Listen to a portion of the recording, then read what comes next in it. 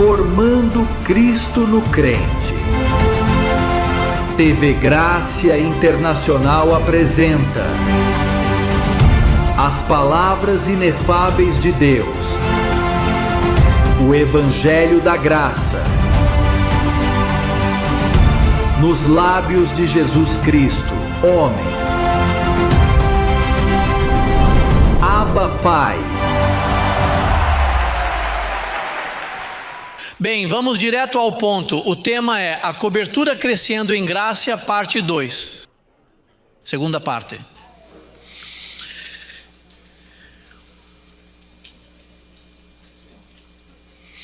Estávamos falando sobre, vamos fazer uma recapitulação da última quarta-feira para entrar no assunto desta noite.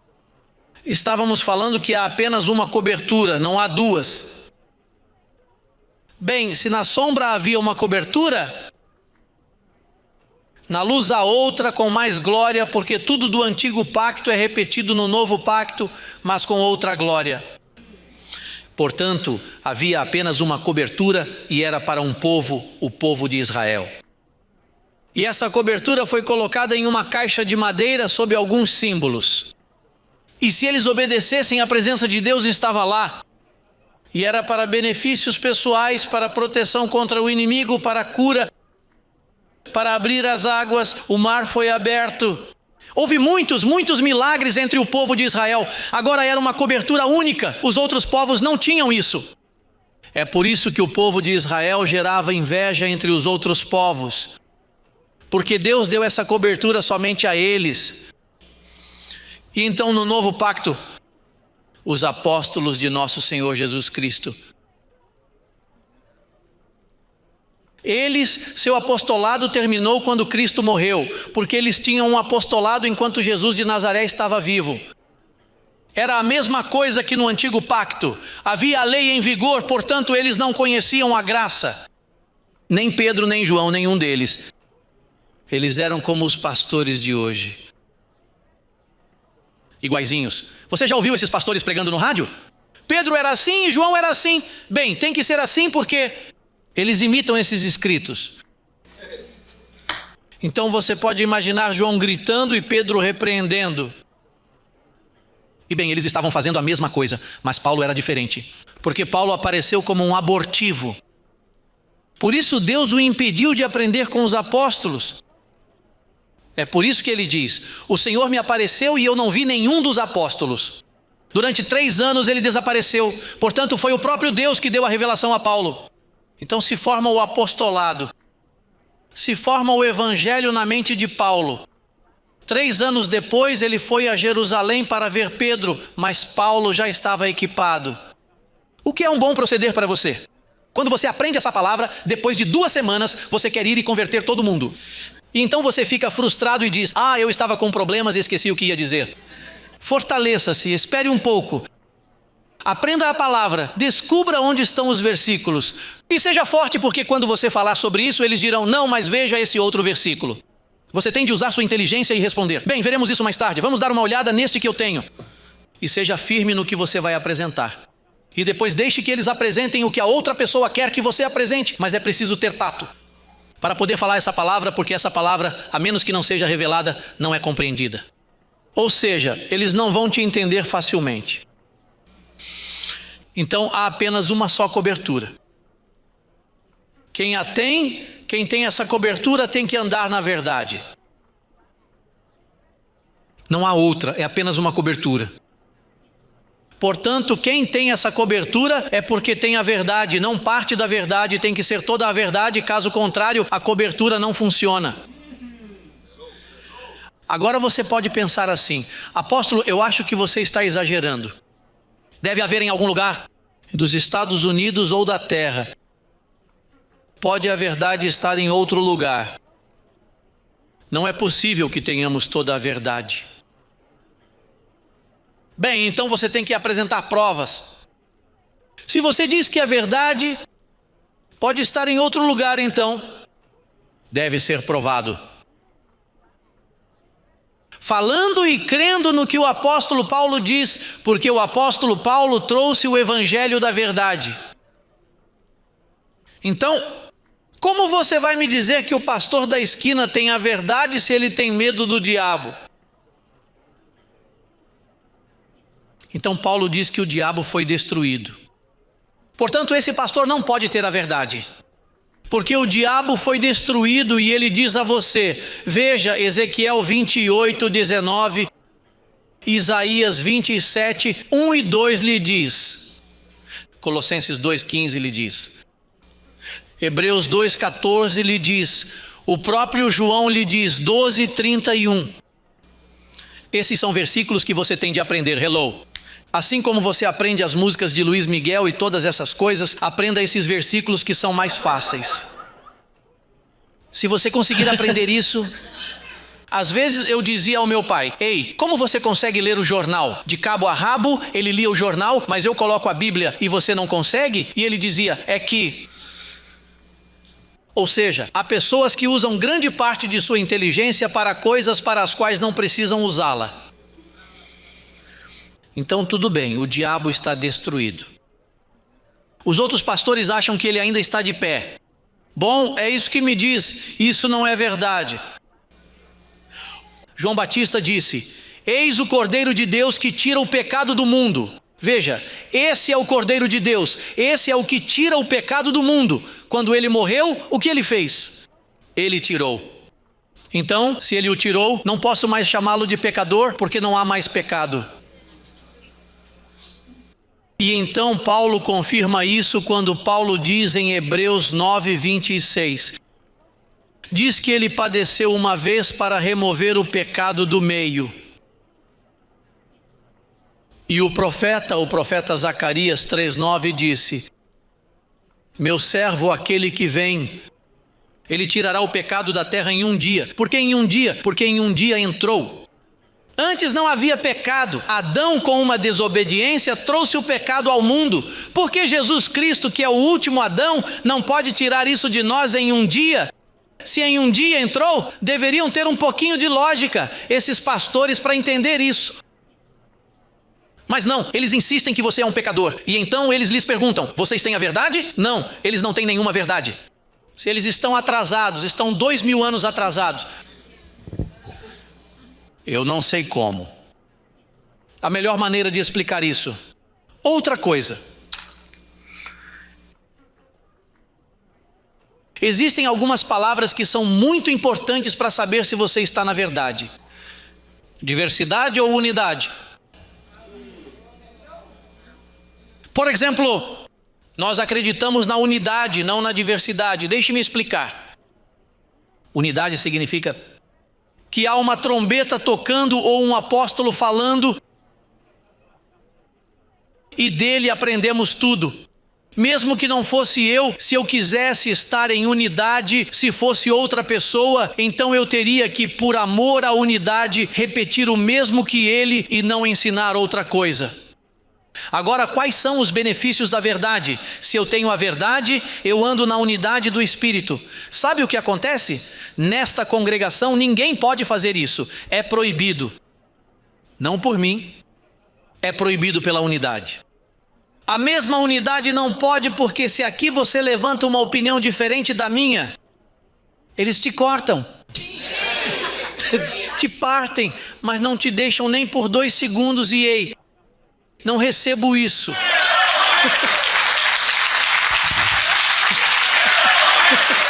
Seja quem for,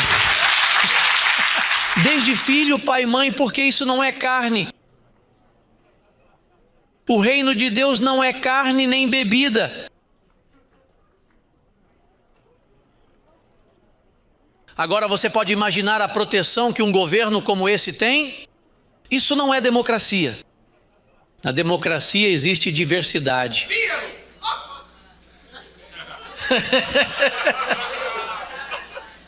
Deus nunca foi democrático. Deus foi ditador. E ele diz: sejam imitadores de Deus como filhos amados. E o que eu sou? Um ditador?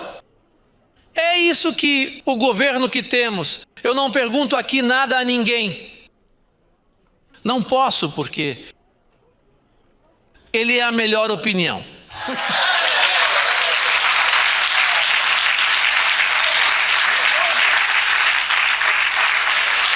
Do que isso te liberta? Ao ver contendas na igreja, você sabe quantas pessoas sofrem quando veem 2 ou 3 famílias indo embora chorando?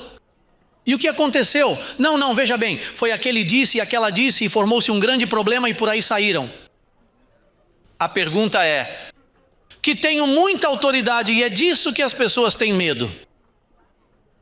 Algumas pessoas têm um espírito de temor, mas aquele que tem a verdade, essa mesma verdade o protege do mau uso dessa autoridade. Pelo contrário, a verdade o que ela faz é dar proceder a você de respeito à igreja. Aqueles que me conhecem aqui, em 17 anos, nunca abusei de minha autoridade, nem com o pequenino, nem com qualquer outra pessoa. Pelo contrário, eu o considero superior a mim. Porque a verdade não pode produzir outra coisa. Então, observe que a unidade e a verdade são tão poderosas que tenho 24 nações e elas não conseguem mexer um dedo, nem um pensamento. Ei, apóstolo, mas isso é perigoso. Isso é saboroso, não é perigoso. Você vai a uma convenção lá fora e se senta ao lado de uma pessoa que nunca viu, que fala outra língua e está cantando e pensando exatamente como você. É uma glória. Isso nunca aconteceu na história.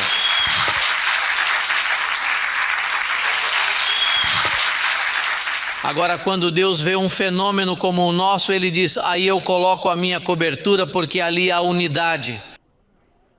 Não haverá divisões ali, ela está protegida. O próprio Deus é quem formou essas convicções assim. Sinto pena dos pastores que não querem entrar na unidade. Essa é a cobertura de crescendo em graça, é indestrutível. O mundo nunca viu nada parecido com isso. Não existiu. Eu não a conhecia. Pouco a pouco está se manifestando, porque para Deus realizar isso, Ele me levou por anos e anos, no primeiro ano, no segundo ano, e eu não sabia para onde estava indo. E imagino o Senhor dizendo, pobrezinho, deixe-me levá-lo até onde ele for. E agora eu entendo. E isso é benéfico para todos, porque sabe o porquê você não viu mais maravilhas? Porque estou crescendo junto com isso.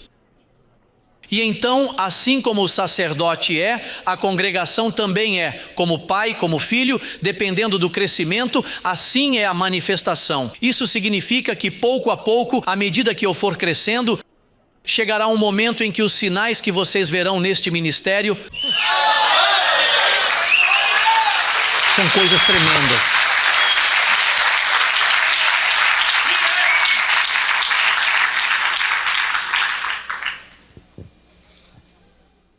Então, se você vir um pastor que não está sujeito ao apóstolo Paulo, na verdade nem o chame de pastor.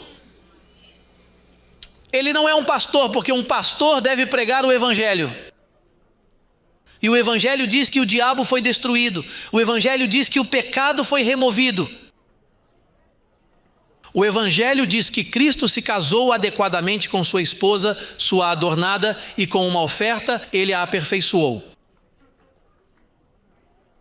O evangelho diz que temos de deixar os rudimentos da doutrina de Cristo, não a doutrina de Jesus Cristo. Os rudimentos, quando ele estava em carne, era uma doutrina. Quando ele ressuscitou, trouxe outra doutrina. E esses pastores não querem abrir mão disso. Assim que, para que eu acredite que alguém tem a verdade, ele tem que imitar meu apóstolo. Para Paulo, é por isso que ele disse, eu sou o perito arquiteto. Bem, na semana passada dissemos que há alguns benefícios. Ele te guia, ele te corrige e ele te prospera. Essas 3 medidas fazem com que você herde as bênçãos. Vamos dar uma olhada no que Jesus de Nazaré citou. O que dizia um salmo de proteção. a cobertura. Vamos dar uma olhada no Salmo 91. Salmo 91. Foi isso que o diabo citou para Jesus de Nazaré quando ele estava no deserto. Jesus estava jejuando 40 dias e 40 noites. Ele foi citado, naturalmente foi citado incorretamente. Mas antes de ser destruído, o diabo usou esse salmo. Conhecia a Bíblia, o bandidinho, está vendo? Salmo 91, versículo 11 a 16.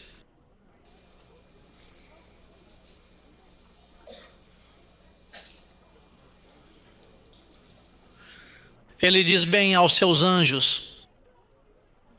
Ei, ele tem um monte de anjos, certo? Aos seus anjos. Dará ordem a teu respeito. Para guardá-lo em quê? Para guardá-lo em todos os seus caminhos. Em suas mãos eles o sustentarão. Para que seu pé não tropece em alguma pedra. Sobre o leão e a áspide você pisará. Furarás o filho do leão e o dragão.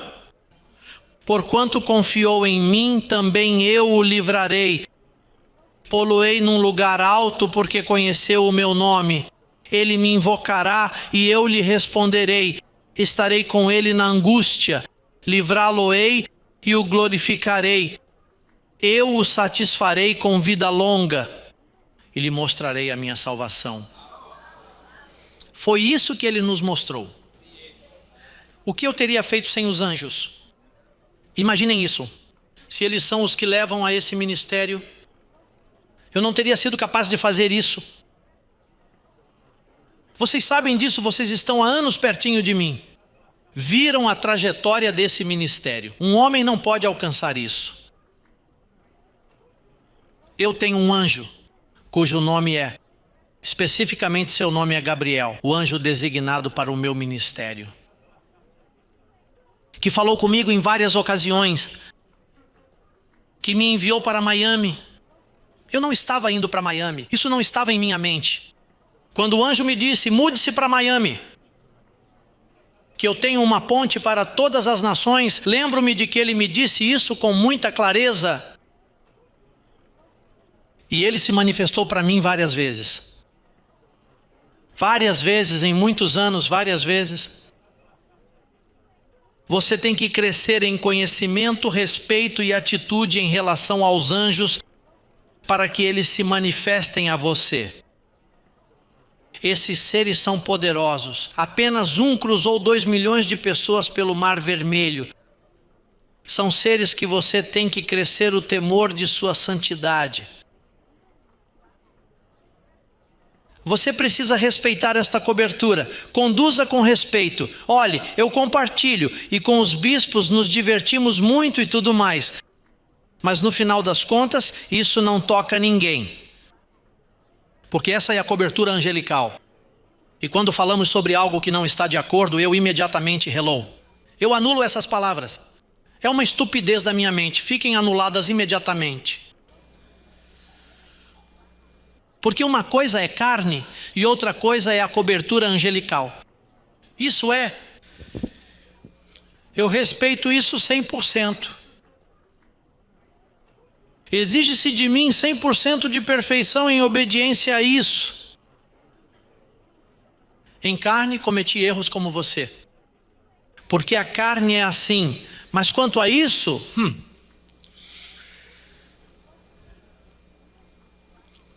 ela te corrige. Te guia, te corrige.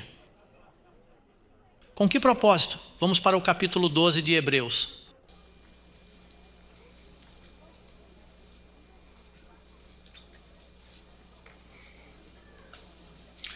Hebreus, carta aos Hebreus, capítulo 12.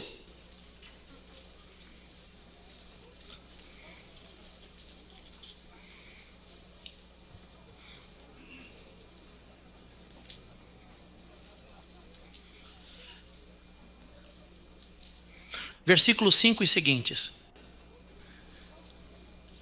E vos esquecestes da exortação que vos é dirigida como a filhos, dizendo: filho meu, não desprezes a disciplina do Senhor, nem desmaieis quando por ele sois repreendidos, porque o Senhor a quem ama, disciplina e açoita a todo filho que recebe, todos, não alguns. Isso se aplica a todos, inclusive a mim, a você e a todos, pois ele o tomou como filho. E vou lhe contar um segredinho agorinha, que aquele que ele toma como filho, ele faz tudo isso para outros propósitos tremendos. Mas se ele o tomou como filho, você é um filho em propriedade. Ele diz, versículo 7, se você suportar a disciplina, Deus os trata como filhos, pois que filho é aquele a quem o pai não disciplina? Se porém ficardes sem disciplina, de que é que vos aproveitará? Digam todos. Todos vocês têm sido, então vocês são bastardos e não filhos. Se vocês me disserem aleluia aqui, o que eu direi é que esse é um bastardo, veja. Você diz aleluia em nosso meio. Não sabe a bobagem que está dizendo. Isso é um absurdo, mas provavelmente não é para você. E é por isso que você diz, essa palavra é tão bonita. Tenho certeza de que você acha essa palavra bonitinha porque você é um bastardo. Você acha que essas palavras são bonitas quando não são bonitas para nada. Essa palavra é horrível, não me atrevo a dizer isso a ninguém. É melhor eu lhe dizer, vá até ali não sei onde. O que é menos ofensivo.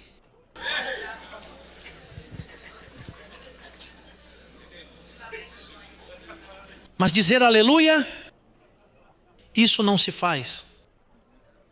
Você não vê que se você é um filho, olhe! Diz que a quem Deus toma por filho, esse espírito clama, Abba Pai. Como se atreve a dizer aleluia em um ambiente cristão? Como este. Bem, isso significa que a disciplina não funciona para você. Nós disciplinamos você. Vejam, aqueles de fé, esses pastores bastardos que me ouvem, quantas vezes eu já lhes disse que aqueles que são de fé são abençoados com o crente Abraão. Ei, eles são informados. Abba Pai. Versículo 9. Por outro lado, tivemos nossos pais terrenos que nos disciplinaram e nós os reverenciamos. Ouçam isso. Por que não obedecemos muito melhor ao nosso verdadeiro Pai? O Pai dos Espíritos. Vejam como ele diz, ao Pai dos Espíritos e viveremos? E viveremos.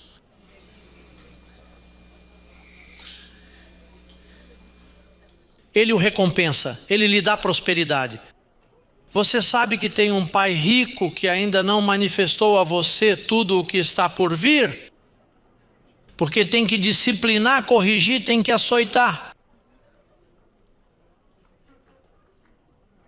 Meu papai é rico, tive de esperar anos para entender isso. Mas o dinheiro não pode me mover.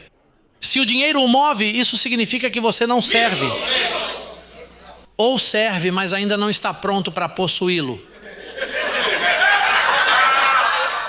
Você serve, mas eles não o dão a você.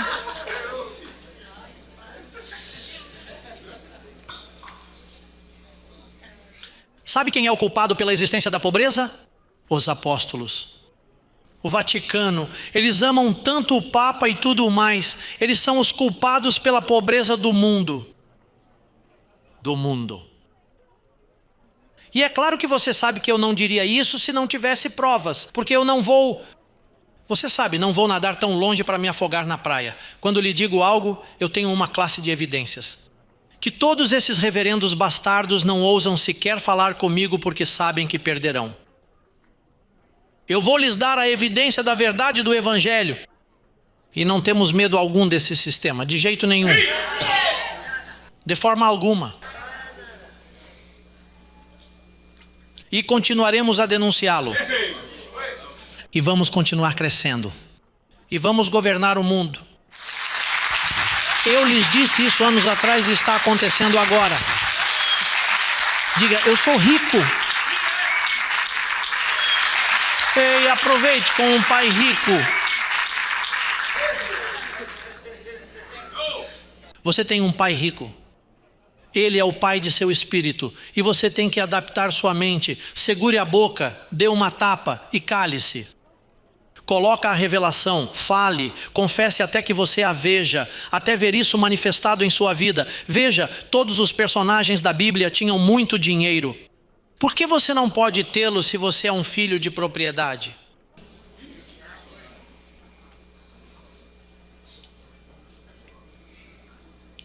Fomos roubados demais. A mentira. Você sabe que os padres não precisam preencher a folha de pagamento. Eu tenho que preenchê-la. Eu tenho que preenchê-la. Eu tenho que preencher a planilha. Mas não o fazem. Eles não preenchem formulários. Eles estão protegidos. Sabe por quê? Porque foi com isso que eles enganaram o mundo, com a máscara de que seus líderes não possuem nada. Mas eles têm de enviar tudo para o Vaticano. Eles empilham tudo lá.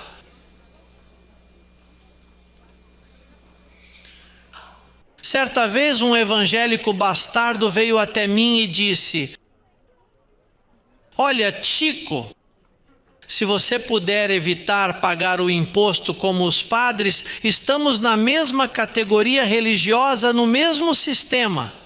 E eu disse: como? E como vou me sentir como cidadão? Com que cara eu vou ficar? E ainda mais se todos os vizinhos começarem a dizer: olha, aquele cara ali não paga um centavo, enquanto nós temos que pagar. Ele não paga nada. Quero me sentir um bom cidadão no lugar onde moro.